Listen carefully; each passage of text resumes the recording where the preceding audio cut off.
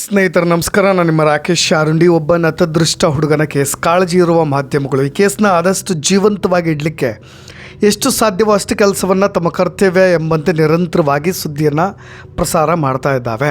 ಆದರೆ ಬೆಳ್ತಂಗಡಿಯ ಸಂಬೊಳ್ಳೆ ಪ್ರದೇಶದ ಸುಮಂತ್ ಹತ್ಯೆಗೆ ಸಂಬಂಧಪಟ್ಟ ಹಾಗೆ ಯಾವುದೇ ಕ್ಲೂಗಳು ಇಲ್ಲಿಯವರೆಗೂ ಕೂಡ ಸಿಗ್ತಾ ಇಲ್ಲ. ಇನ್ನೊಂದು ಕಡೆ ಬೆಳ್ತಂಗಡಿಯ ಸಬ್ ಇನ್ಸ್ಪೆಕ್ಟರ್ ಟ್ರಾನ್ಸ್ಫರ್ ಆಗಿರೋ ಸುದ್ದಿ ಬೆನ್ನಲ್ಲೇ ಸುಮಂತ್ ಕೇಸ್ಗೊಂದು ತಾರ್ಕಿಕ ಅಂತ್ಯ ಯಾವಾಗ ಸಿಗುತ್ತೆ, ತಾರ್ಕಿಕವಾಗಿ ಅಂತ್ಯ ಯಾವಾಗ ಕಾಣಬಹುದು ನಾವು ಅನ್ನೋ ಚರ್ಚೆ ಶುರುವಾಗಿರೋದು. ಕೇವಲ ಸೋಷಿಯಲ್ ಮೀಡಿಯಾಗಳಲ್ಲಿ ಇಲ್ಲಸಲ್ಲದ ಸ್ಪೆಕ್ಯುಲೇಷನ್ಸ್ಗಳು ಕ್ರಿಯೇಟ್ ಆಗ್ತಿರೋದು. ಅದನ್ನು ಹೊರತುಪಡಿಸಿದರೆ ಅವ್ರ ಕುಟುಂಬದವರಿಗೆ ಒಂದೇ ಒಂದು ಪೋಸ್ಟ್ ಮಾರ್ಟಮ್ ರಿಪೋರ್ಟ್ನಾದರೂ ಮುಟ್ಟಿಸುವ ಪ್ರಯತ್ನವನ್ನು ಇಲ್ಲಿಯವರೆಗೂ ಕೂಡ ಪೊಲೀಸ್ನವರು ಯಾಕೆ ಮಾಡಿಲ್ಲ? ಪೊಲೀಸರನ್ನು ನೇರವಾಗಿ ಪ್ರಶ್ನೆ ಮಾಡುವಷ್ಟು ಧೈರ್ಯ ಒಂದು ಕಡೆ ಅವರ ಕುಟುಂಬದವರಿಗೆ ಇಲ್ಲದೇ ಇರಬಹುದು. ಅಟ್ಲೀಸ್ಟ್ ನನ್ನ ಮಗನ PM ರಿಪೋರ್ಟ್ನನ್ನಾದರೂ ಕೊಟ್ಟು ಬಿಡಿ ಅಂತ ಹೇಳಿ. ನೋಡಿ, ಸುಮಂತ್ನ ಕೇಸ್ ಇನ್ನೂ ಕೂಡ ನಿಗೂಢವಾಗಿ ಉಳಿದಿದೆ. ಈ ನಡುವೆ ಸುಮಂತ್ ಮನೆ ಮುಂಭಾಗದಲ್ಲಿ ಎಡ ದಿಕ್ಕಿಗೆ ಒಂದು ಮಣ್ಣಿನ ರಸ್ತೆ ಹೋಗುತ್ತೆ. ಸ್ನೇಹಿತರೆ, ಅದನ್ನು ನೀವು ಕೂಲಂಕುಷವಾಗಿ ಗಮನಿಸಬಹುದು. ಅಂದರೆ ಇಲ್ಲಿಂದಲೇ ಅವರ ಕಾರ್ಗಳಾಗಿರಲಿ ಅಥವಾ ಬೈಕ್ಗಳಾಗಿರಲಿ, ಇನ್ನು ಸುಮಂತ್ನ ಅಣ್ಣ ಓದಲಿಕ್ಕೆ ಹೋಗ್ತಕ್ಕಂಥ ಕಾಲೇಜಿಗಾಗಿರಲಿ ದೊಡ್ಡ ರಸ್ತೆಗೆ ಸಂಪರ್ಕ ಕಲ್ಪಿಸ್ತಕ್ಕಂಥ ಮಣ್ಣಿನ ರಸ್ತೆ ಇದು. ಇಲ್ಲಿಂದ ಆತ ಸ್ಕೂಟಿಯಲ್ಲಿ ಹೋಗ್ತಾ ಇದ್ದ. ಈ ರಸ್ತೆ ಮುಖಾಂತರವಾಗಿ ತಲುಪ್ತಕ್ಕಂಥ ಒಂದು ಕೊನೆಯಲ್ಲಿ, ಇದು ತಲುಪುವ ಒಂದು ಕೊನೆಯ ರಸ್ತೆಗೆ ನೇರವಾಗಿ ಕಾಂಕ್ರೀಟ್ ರೋಡಿಗೆ ಟಚ್ ಆಗ್ತಕ್ಕಂಥ ರಸ್ತೆ, ಡಾಂಬರ್ನ ರಸ್ತೆಗೆ. ಆ ಒಂದು ಕೊನೆಯಲ್ಲಿ ಬೆಳಗ್ಗೆ ಒಬ್ಬ ಅನಾಮಿಕ ಅಪರಿಚಿತ ವ್ಯಕ್ತಿ ಹೋಗಿದ್ದ, ಅದನ್ನು ನಾನು ಕಣ್ಣಾರೆ ಕಂಡಿದ್ದೇನೆ ಅಂತ ಹೇಳಿ ಲೋಕನಾಥ್ ಎಂಬ ವ್ಯಕ್ತಿ ಈಗಾಗಲೇ ಪೊಲೀಸ್ನವ್ರಿಗೂ ಕೂಡ ಸ್ಟೇಟ್ಮೆಂಟನ್ನು ಕೊಟ್ಟಿದ್ದಾನೆ. ಹಾಗಾದರೆ ಈ ಲೋಕನಾಥ್ ಎಂಬ ವ್ಯಕ್ತಿ ಕೇಸ್ ಸಂಬಂಧವಾಗಿ ಏನು ಹೇಳಿದ್ದಾರೆ ಇನ್ ಡೀಟೇಲ್ಡ್ ಆಗಿ ಇಂಚಾಗಿ ಅವರು ಕೂಡ ಎಲ್ಲವನ್ನು ಕೂಡ ವಿವರಣೆಯನ್ನು ಕೊಟ್ಟಿದ್ದಾರೆ. ಅವ್ರು ಹೇಳೋ ಪ್ರಕಾರ ಸುಮಂತ್ ಹತ್ಯೆಗೆ ಸಂಬಂಧಪಟ್ಟ ಹಾಗೆ ಅಲ್ಲಿ ಏನೋ ನಡೆದಿರಬಹುದಾದ ಸಾಧ್ಯತೆಗಳನ್ನು ಅಲ್ಲೆಗೆಳೆಯುವಂತಿಲ್ಲ ಅಂತ ಹೇಳ್ತಾರೆ. ಹಾಗಾದರೆ ಈ ಲೋಕನಾಥ್ ರೈ ಯಾರು? ಅಷ್ಟೊತ್ತಲ್ಲಿ ಹೆಚ್ಚಾಗಿ ಪರಿಚಿತರು ಬಿಟ್ಟರೆ ಯಾರೂ ಓಡಾಡೋದಂಥ ಮಣ್ಣಿನ ರಸ್ತೆಯಲ್ಲಿ ಬಂದಿದ್ದು ಯಾರು? ಈ ಲೋಕನಾಥ್ ರೈ ಅವರು ಏನು ಹೇಳ್ತಾರೆ ಅನ್ನೋದನ್ನ ನೋಡೋಣ. ಬೆಳಗ್ಗೆ ಇಲ್ಲಿ ಕೂಡ ತಿಂಗಳ ಪೂಜೆ ನಡೆಯುತ್ತೆ.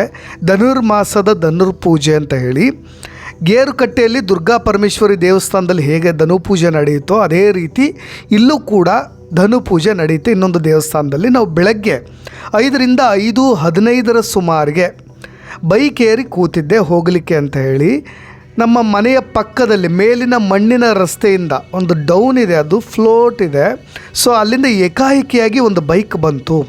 ಆದರೆ ಕತ್ತಲಲ್ಲಿ ನನಗೆ ಅದು ಯಾವ ಬೈಕ್ ಅನ್ನೋದು ಗೊತ್ತಾಗಲಿಲ್ಲ. ಯಾಕೆಂದರೆ ಅದು ಅಷ್ಟು ಕೂಡ ನನಗೆ ನೆನಪಿಲ್ಲ.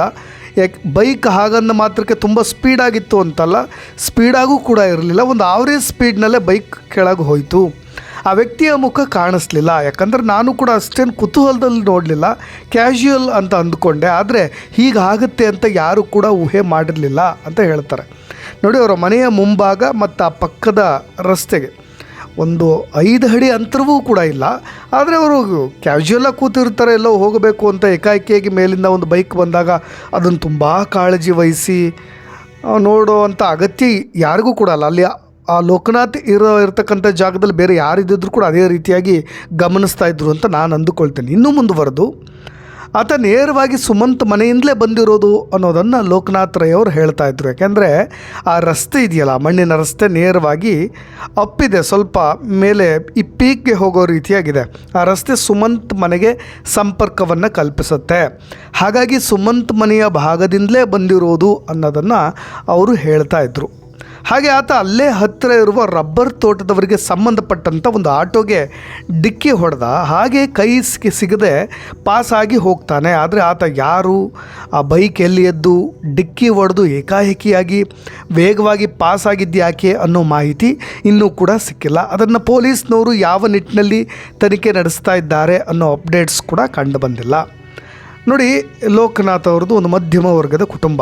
ಹಾಗಾಗಿ ಪುಟ್ಟ ತೋಟಕ್ಕೆ ಹೊಂದಿಕೊಂಡಂತೆ ಒಂದು ಪುಟ್ಟ ಮನೆಯನ್ನು ಕೂಡ ಅಲ್ಲೇ ಕಟ್ಕೊಂಡಿದ್ದಾರೆ. ಮನೆಯಲ್ಲಿ ಮಾಡದಿ ಪುಟ್ಟ ಮಗಳೊಂದಿಗೆ ಧನು ಪೂಜೆಗೆ ಹೋಗ್ತಕ್ಕಂಥ ಅಭ್ಯಾಸ ಮಾಡ್ಕೊಂಡಿದ್ದಾರೆ. 1 ತಿಂಗಳು ನಿರಂತರವಾಗಿ ನಡೀತಕ್ಕಂಥ ಪೂಜೆ ಅದು. ಇವ್ರ ಮನೆಯಲ್ಲಿ CCTV ಫೂಟೇಜ್ ಸಿಕ್ಕಿದ್ರೆ ಇನ್ನೂ ಕೂಡ ಸಹಾಯ ಆಗ್ತಾಯಿತ್ತು ಈ ಕೇಸ್ಗೆ ಸಂಬಂಧಪಟ್ಟ ಹಾಗೆ, ಸಸ್ಪೆಕ್ಟ್ ಆತನೇ ಆಗಿದ್ದರೆ. ಆದರೆ ಇವರ ಮನೆಯಲ್ಲಿ ಒಂದು CCTV ಇಲ್ಲ.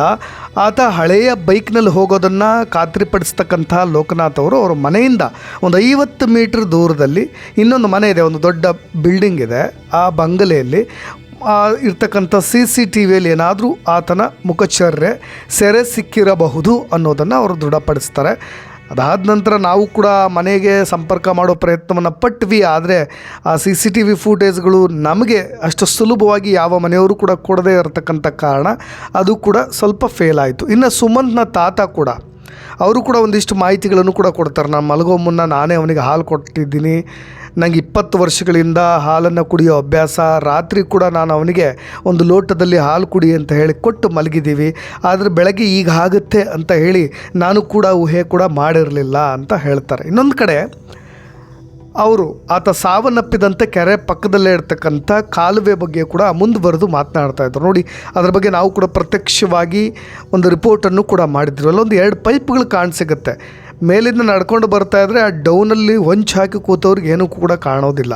ಇದೇ ಸುಮಂತನ್ನು ಹತ್ಯೆ ಮಾಡಲಿಕ್ಕೆ ಹೊಂಚು ಹಾಕಿರ್ತಕ್ಕಂಥ ಜಾಗ ಇದ್ರೂ ಇರಬಹುದು ಅನ್ನೋ ಅನುಮಾನಗಳು ಇನ್ನೂ ಕೂಡ ದಟ್ಟವಾಗಿ ಕಾಡ್ತಾ ಇರೋದು. ಯಾಕೆಂದರೆ ಜಾಗವೂ ಕೂಡ ಅದೇ ರೀತಿಯಾಗಿದೆ. ಇನ್ನು ಸುಮಂತ್ ಕೇಸ್ನಲ್ಲಿ ಜಿಲ್ಲಾ ಪೊಲೀಸ್ ವರಿಷ್ಠಾಧಿಕಾರಿಗಳು ವಿಶೇಷ ಪ್ರಕರಣ ಅಂತೇಳಿ ಭಾವಿಸಿ ತನಿಖೆಯನ್ನು ಮಾಡಬೇಕಾಗಿತ್ತು. ವಿಪಕ್ಷಗಳು ಸರ್ಕಾರಕ್ಕೆ ಪ್ರಶ್ನೆ ಮಾಡಬೇಕು, ಈ ರೀತಿಯ ಕೇಸ್ಗಳು ಪ್ರತಿನಿತ್ಯ ನಡೆಯುತ್ತಲೇ ಇರ್ತವೆ ಅಂತ ಹೇಳಿ 10ರಲ್ಲಿ 11ರಂತೆ ಭಾವಿಸಿ ಬಿಡಬಾರ್ದು. ಸ್ವಲ್ಪ ಇದ್ರ ಬಗ್ಗೆ ಇಂಟ್ರೆಸ್ಟನ್ನು ತೋರಿಸ್ಬೇಕು ಅನ್ನೋ ಮಾತುಗಳು ಎಲ್ಲ ಕಡೆ ಕೇಳಿ ಬರ್ತಾ ಇವೆ. ಆದರೆ ಪ್ರತಿಪಕ್ಷಗಳು ಮಾತ್ರ ಅಸೆಂಬ್ಲಿಯಲ್ಲಿ ಕಿತ್ತಾಡೋದನ್ನು ಬಿಟ್ಟರೆ ಸಮಾಜದ ಕಾಳಜಿ ಇರತಕ್ಕಂಥ ಒಂದೇ ಒಂದು ಪ್ರಶ್ನೆಗಳನ್ನು ಕೂಡ ನಮ್ಮ ಆಡಳಿತ ಪಕ್ಷ ಕೇಳೋದಿಲ್ಲ. ಅವರನ್ನ ಎಚ್ಚರಿಸೋ ಕೆಲಸಗಳನ್ನಂತರೂ ವಿಪಕ್ಷಗಳ ನಾಯಕರು ಮಾಡ್ತಾ ಇಲ್ಲ. ಅದರಲ್ಲಿ ಸಂಪೂರ್ಣವಾಗಿ ಸೋತಿದ್ದಾರೆ ಅನ್ನೋದನ್ನು ನಾವಲ್ಲ, ಜನರು ಕೂಡ ಅದನ್ನು ಒಪ್ಕೊಳ್ತಾ ಇದ್ದಾರೆ. ಅದನ್ನು ನಾವಷ್ಟೇ ಹೇಳೋದಲ್ಲ. ನೋಡಿ, ಇನ್ನೊಂದು ಕಡೆ ಅನುಮಾನವನ್ನು ಹುಟ್ಟಿಸಿದಂಥ ಭಟ್ರ ಮನೆಯ CCTV ಫೂಟೇಜ್ಗಳು, ಅದ್ರ ಬಗ್ಗೆಯೂ ಕೂಡ ಒಂದು ಕ್ಲಾರಿಟಿಯನ್ನು ನಾವು ಕೂಡ ಕೊಟ್ವಿ. ಇನ್ನು ಅಲ್ಲಿ ಆ ಮನೆಯಲ್ಲಿರ್ತಕ್ಕಂಥ ಮಹಿಳೆ ಶ್ಯಾಮಲಾ ಅವರ ತಾಯಿಯ ಸಂದರ್ಶನವನ್ನು ಕೂಡ ಮಾಡಿದ್ದಾಯಿತು. ಆ ತಾಯಿಯ ಸಂದರ್ಶನವನ್ನು ಇನ್ನು ಕತ್ತಿ ಸಿಕ್ಕಿದ್ದು ಯಾರದ್ದು ಅನ್ನೋ ಅನುಮಾನಗಳಿಗೆ ಕೆಲಸ ಮಾಡ್ತಕ್ಕಂಥ ಗಂಗೇಗೌಡರನ್ನು ಕೂಡ ಮಾತನಾಡಿಸಿದ್ದಾಯಿತು. ಇನ್ನೇನು ಸುಮಂತ್ ಕೇಸ್ನಲ್ಲಿ ಉಳಿದಿರ್ತಕ್ಕಂಥ ಕ್ಲೂಗಳು ಯಾವುದು ಇನ್ನೂ ಕೂಡ ಗೊತ್ತಾಗ್ತಾ ಇಲ್ಲ. ಆ ಗೊಂದಲ ಇನ್ನೂ ಕೂಡ ಹಾಗೆ ಉಳಿದೇ ಇದೆ. ಇನ್ನು ಕೆಲಸ ಮಾಡಬೇಕಾಗಿರೋದು ಪೊಲೀಸ್ನವರು. ಈ ಕೇಸ್ನ ಒಂದು ಟ್ರ್ಯಾಕ್ ಮಾಡಿ ನೇರವಾಗಿ ಕೇಳೋದವ್ರಿಗೂ ಕೂಡ ಹೋಗಾಯಿತು. ಇನ್ನು ಆ ಮನೆಯ ಸುತ್ತಮುತ್ತ ಬೆಳಗ್ಗೆ ಮುಂಜಾನೆ 5ರಿಂದ 5:15 ಸಮೀಪ ಓಡಾಡಿರ್ತಕ್ಕಂಥ ಈ ಅಪರಿಚಿತ ಯಾರು, ಆತನ ಬೈಕ್ ಎಲ್ಲಿ ಎದ್ದು, ಆ ನಂಬರ್ ಪ್ಲೇಟ್, ಅವನು ಇಲ್ಲಿ ಅವನ ಕೇಳದವನ, ಆತನ ಮೂಲವನ್ನು ಕೆದಕುವ ಕೆಲಸವನ್ನಾದರೂ ಪೊಲೀಸ್ನವರು ಮಾಡಬೇಕಿತ್ತು. 1 ತಿಂಗಳ ಸಮೀಪ ಬಂತು. ನಿಮಗೆಲ್ರಿಗೂ ಕೂಡ ಗೊತ್ತಿರೋ ಹಾಗೆ 1 ತಿಂಗಳಾಯಿತು. ಇನ್ನೂ ಕೂಡ FSL ಪೋಸ್ಟ್ಮಾರ್ಟಮ್ ರಿಪೋರ್ಟ್ ಅಂತ ಹೇಳ್ತಾನೆ ಪೊಲೀಸ್ನವರು ಕೂತ್ಕೊಂಡಿದ್ದಾರೆ. ಆಗಲಿ ಒಂದು ಅವರಿಗೆ ಕ್ಲಾರಿಟಿ ಸಿಗೋ ಹಾಗೆ, ಸ್ವಲ್ಪ ನಿಟ್ಟುಸಿರು ಬಿಡೋ ಹಾಗೆ ಒಂದು ಪ್ರೆಸ್ ನೋಟನ್ನಾದರೂ ಬಿಡಿ. ಜನರು ಸ್ಪೆಕ್ಯುಲೇಷನ್ಸ್ ಕ್ರಿಯೇಟ್ ಮಾಡ್ತಾ ಇದ್ದಾಗ ಅದರಿಂದ ಪಾರಾಗಲಿಕ್ಕೆ ನೀವೇನಾದರೂ ಒಂದು ಪ್ರೆಸ್ ನೋಟ್ಗಳನ್ನು ಬಿಡ್ತೀರಿ. ಇದೇ ನಿಮಗೆ ಗೊತ್ತಿರೋ ಹಾಗೆ ಶ್ರೀಧರ್ ಮುಗೇರಾ ಕೇಸ್ನ ಇದಕ್ಕೆ ಅಟ್ಯಾಚ್ ಮಾಡೋ ಕೆಲಸಗಳನ್ನು ಮಾಡಿದಾಗ ನೀವು ಒಂದು ಪ್ರೆಸ್ ನೋಟನ್ನು ಬಿಟ್ಟಿದ್ರಿ. ಆದರೆ ಈ ಪೋಸ್ಟ್ಮಾರ್ಟಮ್ ಸಂಬಂಧವಾಗಿ ಏನಾಗಿದೆ ಏನಾಗಿಲ್ಲ ಅನ್ನೋದ್ರ ಕುರಿತಾಗಿ ಒಂದು ಕ್ಲಾರಿಟಿನ ಕುಟುಂಬದವ್ರಿಗೆ ಕೊಟ್ಟರೆ ಸ್ವಲ್ಪ ಅವರು ಕೂಡ ನಿಟ್ಟುಸಿರು ಬಿಡ್ಬೋದು. ಇಲ್ಲ, ನಮ್ಮ ಪೊಲೀಸ್ನವ್ರು ಕೆಲಸ ಮಾಡ್ತಾ ಇದ್ದಾರೆ, ಒಂದು ಒಳ್ಳೆಯ ವ್ಯವಸ್ಥೆಯ ಅಡಿಯಲ್ಲಿ ನಾವಿದ್ದೀವಿ, ನಮಗೆ ನ್ಯಾಯ ಸಿಗುತ್ತೆ ಅನ್ನೋ ನಂಬಿಕೆ ಏನಾದರೂ ಬರುತ್ತೆ ಅಂತ ಹೇಳ್ತಾ ಇನ್ನಷ್ಟು ಅಪ್ಡೇಟ್ಸ್ಗಳೊಂದಿಗೆ ಮತ್ತೆ ಬರ್ತೀನಿ. ನಾನು ರಾಕೇಶ್ ಆರೋಡಿ. ಧನ್ಯವಾದ.